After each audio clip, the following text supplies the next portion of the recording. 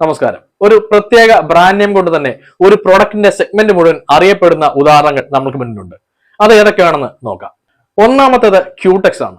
നമ്മൾ തന്നെ പലരും അല്ലെങ്കിൽ നമ്മൾക്ക് മുന്നിലുള്ള തലമുറ ഒരു കാലഘട്ടം മുഴുവൻ നെയിൽ പോളിഷ് എന്ന് പറഞ്ഞിരുന്ന പേര് ക്യൂടെക്സ് എന്നാണ്. സത്യത്തിൽ ക്യൂടെക്സ് എന്നത് ഒരു ബ്രാൻഡ് ആയിരുന്നു. ആ ബ്രാൻഡ് അത്രത്തോളം ജനകീയമായതുകൊണ്ടാണ് ആ ഒരു പ്രൊഡക്റ്റ് സെഗ്മെന്റിന് ആ പേര് തന്നെ വന്നത്.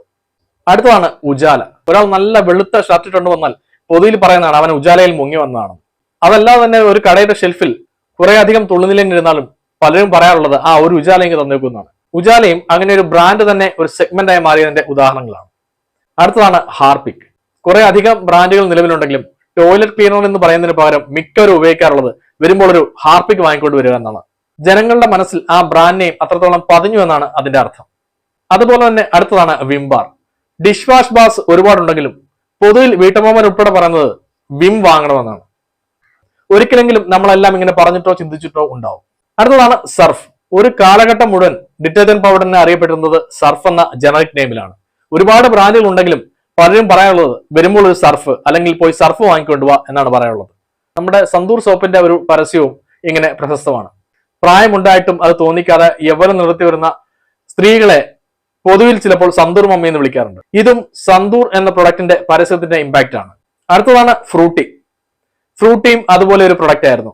മാംഗോ ജ്യൂസിന് പൊതുവിൽ ഒരു കാലഘട്ടത്തിൽ പറഞ്ഞിരുന്നത് ഫ്രൂട്ടി എന്നാണ്. അടുത്തതാണ് നമ്മൾക്ക് ഏവർക്കും സുപരിചിതമായ ഒരു കായത്തിന്റെ ബ്രാൻഡ്. NS പെരുങ്കായം എന്നാണ് അതിന്റെ പേര്. നമുക്കറിയാം കഴിഞ്ഞ ഒരു 2-3 വർഷം മുൻപ് വരെ കായം എന്നാൽ അത് NS പെരുങ്കായമായിരുന്നു. ഒരു കടയിലോ സൂപ്പർ മാർക്കറ്റിലോ NS എന്നൊരു ബ്രാൻഡ് കണ്ടാൽ തന്നെ നമുക്ക് മനസ്സിലാവും അത് കായമായിരിക്കും. ഈ കഴിഞ്ഞൊരിടയ്ക്കാണ് 2-3 പുതിയ പ്ലേയേഴ്സ് കൂടി വന്നത്. അതുവരെ ആ ഒരു സെഗ്മെന്റ് മുഴുവൻ ആ ബ്രാൻഡ് നെയിമിലാണ് അറിയപ്പെട്ടിരുന്നത്. ഇങ്ങനെ ഒരു ഫിനോമിന ഉണ്ടാവാൻ 2 കാരണങ്ങളുണ്ട്. ഒന്ന്, ഈ പ്രൊഡക്റ്റുകളെല്ലാം മാർക്കറ്റിൽ ആദ്യം ഇറങ്ങുമ്പോൾ ഒരു മൊണോപ്പൊളിസ്റ്റിക് നേച്ചർ ഉണ്ടായിരുന്നു. ആ സമയത്ത് മാർക്കറ്റിൽ മറ്റു പ്രൊഡക്റ്റുകളൊന്നും ഈ നേച്ചറോട് കൂടി ഉണ്ടായിരുന്നില്ല. അതുകൊണ്ട് ഒരു ഡിമാൻഡ് കർവ് രൂപപ്പെടുകയും ജനങ്ങളുടെ മനസ്സിൽ അല്ലെങ്കിൽ കസ്റ്റമേഴ്സിന്റെ മനസ്സിൽ ഈ ബ്രാൻഡ് കൃത്യമായി എത്തപ്പെടുകയും ചെയ്തു. 2, അവർ ചെയ്ത പരസ്യ ക്യാമ്പയിന്റെ ഒരു ഗുണമായിരിക്കും. അവർ ചെയ്ത പരസ്യ ക്യാമ്പയിൻ വളരെ ക്യാച്ചിങ് ആയിരിക്കും. ജനങ്ങളുടെ മനസ്സിൽ പെട്ടെന്ന് തന്നെ രജിസ്റ്ററും ചെയ്തിരിക്കാം. ഇങ്ങനെ ഒരുപാട് പ്രൊഡക്റ്റുകൾ നമുക്ക് ചുറ്റുമുണ്ട്. ഒന്ന് ഒബ്സർവ് ചെയ്താൽ നമുക്ക് തന്നെ അത് കാണാവുന്നതാണ്. അങ്ങനെ ഏതെങ്കിലും പ്രൊഡക്റ്റുകൾ ഒരു ബ്രാൻഡ് തന്നെ ഒരു സെഗ്മെന്റായി മാറിയത് നിങ്ങളുടെ ശ്രദ്ധയിൽപ്പെട്ടിട്ടുണ്ടെങ്കിൽ കമന്റ് ബോക്സിൽ അത് ആഡ് ചെയ്യാം. ഈ വീഡിയോ കാണുന്നവർ ഈ ചാനൽ ഒന്ന് സബ്സ്ക്രൈബ് ചെയ്ത് സപ്പോർട്ട് ചെയ്യണമെന്ന് അഭ്യർത്ഥിക്കുകയാണ്.